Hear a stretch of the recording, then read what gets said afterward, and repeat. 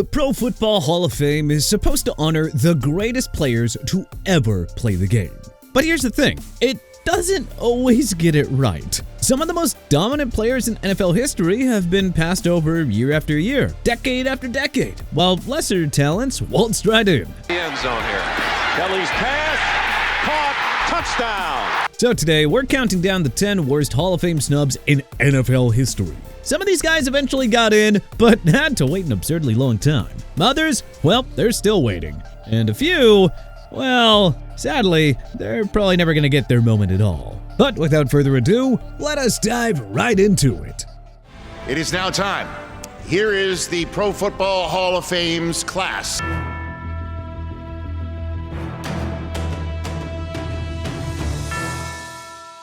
Clay Matthews, LB, Green Bay Packers / Los Angeles Rams. Clay Matthews had one of the most dominant starts to a career of any pass rusher in NFL history. And somehow, some way, that has been held against him. He was a Pro Bowler in 6 of his first 7 starts as a pro, earned 3 All-Pro nods, and was regularly in the discussion for Defensive Player of the Year. Man, the long blonde hair flying out the helmet and a motor that just never quit. For a stretch there, Clay Matthews was one of the most feared defenders in football and always on top of his game in the biggest moments, like his Super Bowl win with Green Bay. Unfortunately, injuries slowed him down later in his career, but I mean, at the peak of his powers, there were very few linebackers that ever played the game like Matthews. Honestly, it is such a travesty that he continues to be snubbed from the Hall of Fame. Steve Tasker, ST/WR, Houston Oilers / Buffalo Bills. We get it, special teams aren't exactly sexy. But make no mistake about it, Steve Tasker was a game changer in his prime, and truthfully, he might be the greatest special teams player in NFL history. And he's not even in the Hall of Fame. Tasker was a 7-time Pro Bowler, as a special teams ace. He earned 5 first-team All-Pro selections and was named the Pro Bowl MVP in 1993, the only special teams player to ever win that award. Yet, here's the thing, voters don't really know what to do with him. He wasn't a traditional position player, he didn't rack up stats the way that receivers or running backs do. But I mean, ask anyone who played in the late 80s and early 90s and they'll tell you, Steve Tasker changed games. Blocked kicks, downed punts inside the 5, and was a legitimate weapon on coverage units. The NFL even named him to the All-Decade Team of the 1990s. And yet, still no Canton. The Hall has historically struggled with special teams players. Tasker and his fans were hoping that once Devin Hester finally got in, which, was a step in the right direction, that, he would eventually catch a break. But alas, it has now been over 20 years of waiting. At some point, the voters have to ask themselves, if a guy dominated his role more than anyone else in history, doesn't that count for something? Lester Hayes, CB, Oakland / Los Angeles Raiders. Lester Hayes was one of the most feared cornerbacks of the 1980s, and his case for Canton is honestly baffling. In 1980, Hayes intercepted 13 passes, tied for the second most in a single season in NFL history, behind only Dick Night Train Lane and 1 Defensive Player of the Year. And lest we forget, he helped the Raiders win Super Bowl 15 that very same year. 3 years later, he teamed up with fellow corner Mike Haynes to completely shut down Washington's receiving corps in Super Bowl 18 in another Raiders victory. He earned 5 straight Pro Bowl nods from 1980 to 1984 and was named to the NFL's All-Decade Team of the 1980s. Yet, here's the thing, Hayes is still not in the Hall of Fame. The NFL banned the substance that he used to coat his hand, stickum, after the 1980 season, and apparently some voters have held that against him. A very convenient excuse for excluding one of the best to ever do it. The man was a shutdown corner with 4 All-Pros, a Defensive Player of the Year award, and 2 Super Bowl rings. Seriously, if that's not enough, then what the heck is? Roger Craig, RB, San Francisco 49ers / Los Angeles Raiders / Minnesota Vikings. Roger Craig was the first player in NFL history to have 1,000 rushing yards and 1,000 receiving yards in the same season. Yeah, you heard that right. In 1985, Craig ran for 1,050 yards and caught passes for 1,016 more. Nobody had done that ever before, and it took until Christian McCaffrey in 2019 for anyone to do it again. Craig was a 4-time Pro Bowler and a key piece of 3 Super Bowl championship teams with the San Francisco 49ers. He was the engine of the West Coast offense under Bill Walsh, a prototype for what running backs would eventually become in the modern NFL. And yet, Roger Craig had been waiting for Canton since 1998. He'd been a finalist multiple times. Heck, he's on the NFL's all-decade team in the 1980s, but still, no gold jacket. The argument against him? His career totals weren't eye-popping by traditional standards. But you know, Craig was not a traditional back. He was way ahead of his time. A dual-threat weapon before that was even a thing. And the voters have never fully appreciated what he meant to the game. He's still waiting, and, at a point, it just kinda becomes embarrassing. Steve Smith Sr., WR, Carolina Panthers/Baltimore Ravens.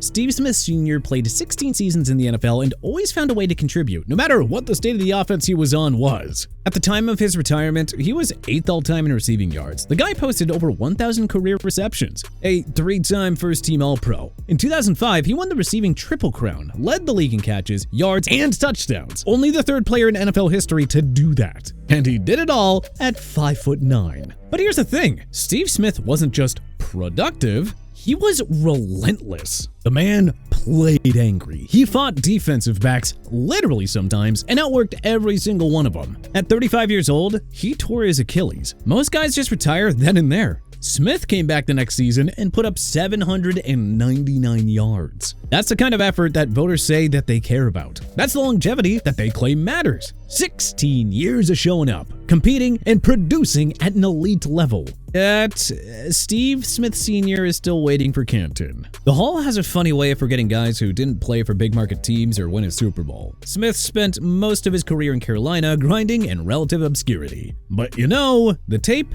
doesn't lie, and neither do the numbers. If passion for the game and longevity on top of elite production matter, then Steve Smith should already be in. Cliff Branch, WR, Oakland/Los Angeles Raiders. Waited until posthumous induction.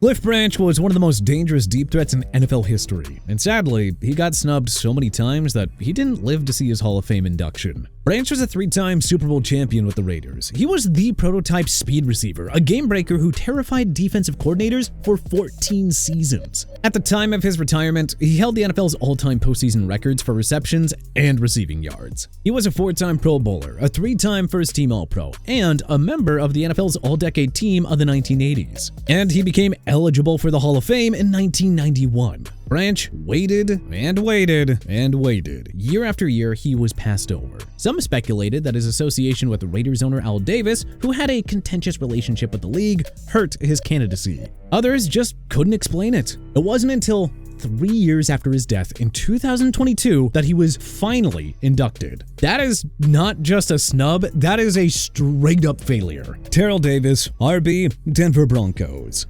Terrell Davis had one of the most dominant 4-year stretches by any running back in NFL history, not to mention what he did in the Super Bowl for the Broncos.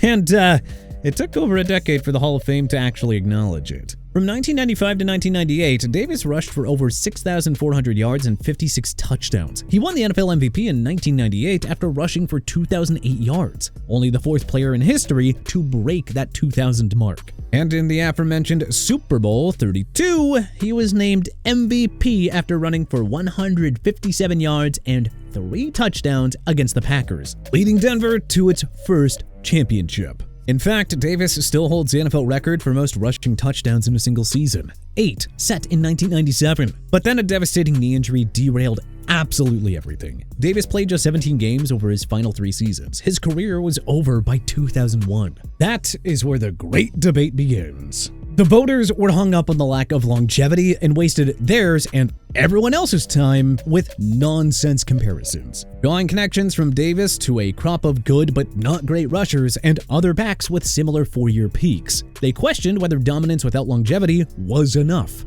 The result? Davis waited 11 whole years. He was a semi-finalist every single year, a finalist 3 times. Each and every year, he was told that his peak wasn't quite enough, and he was snubbed in brutal fashion. Finally, in 2017, he got the call. And when the Hall of Fame president David Baker knocked on his door, Davis broke down crying. It is so crazy that it took the voters so long to get it right. Sterling Sharpe, WR, Green Bay Packers. If it weren't unfair enough that Sterling Sharpe's career was cut short at 29 years old, how about the fact that it took over 2 decades for the Hall of Fame to finally get it right? In just 7 NFL seasons, Sharpe was a 5-time Pro Bowler and a 3-time first-team All-Pro. He led the league in receptions 3 times and touchdowns twice. We're talking about a guy that in 1992 set an NFL record with 108 yards. 2 years later, he broke it again with 112. At his peak, Sterling Sharpe was the best receiver in football, period. But in 1994, a neck injury ended everything. Sharpe was told that one more hit could paralyze him. He would never play another down. And for years, voters couldn't get past the short career. They pointed to the lack of counting stats. No 10,000 career yards, no longevity milestones. They overlooked the fact that when Sharpe was on the field, nobody was better. His younger brother Shannon went on to have a Hall of Fame career of his own. Shannon was inducted in 2011, and for over a decade, people asked, why is Shannon in and Sterling isn't? Finally, in 2025, Sterling Sharpe was selected as a senior candidate and inducted into the Pro Football Hall of Fame. He and Shannon became the first pair of brothers enshrined in Canton. It took over 25 years, but Sterling Sharpe finally got his gold jacket. It is just a shame that it took that long. Hey, at least the powers that be finally came to their senses. Fred Taylor, RB, Jacksonville Jaguars, New England Patriots. Fred Taylor rushed for nearly 12,000 yards in his career. He averaged 4.6 yards per carry, one of the highest marks in NFL history for a back with that kind of volume. And nobody wants to talk about him. Taylor spent 11 seasons in Jacksonville, quietly putting together one of the most productive careers of his era. He ran for over 1,000 yards 7 times. He finished his career 17th on the all-time rushing list. But here's the thing. Taylor played in Jacksonville. Small market. No Super Bowl appearances. And early in his career, he dealt with injuries that created a fragile narrative that never fully went away, even though he played 13 seasons. This guy wasn't a flash-in-the-pan back who burned out. He produced quietly and professionally, just without the spotlight. And yet, still no Canton. Bill Belichick, head coach, Cleveland Browns / New England Patriots. And now, the most shocking Hall of Fame snub in recent memory, and the reason that this is on everyone's mind. One of, if not the most legendary name and face in NFL history. None other than Bill Belichick, a guy who won 6 Super Bowls as head coach of the New England Patriots. Not to mention the fact that he won 2 more as defensive coordinator of the New York Giants, where his unique approach to defense was integral to their success. He has 333 career wins, second only to Don Shula in NFL history. He is a 3-time Coach of the Year, and of course, built one of the greatest dynasties that the sport has ever seen. And in January of 2026, he was denied first ballot induction into the Pro Football Hall of Fame as a result of some vindictive know-nothing voters. At least, based off the public response, I think it's fair to call them know-nothings. Anyway, reports indicate that Belichick fell short of the 80% threshold needed for induction. Multiple voters cited the Spygate and Deflategate controversies as reasons for their hesitation. They present them as cheating stuff that really bothered some of these guys.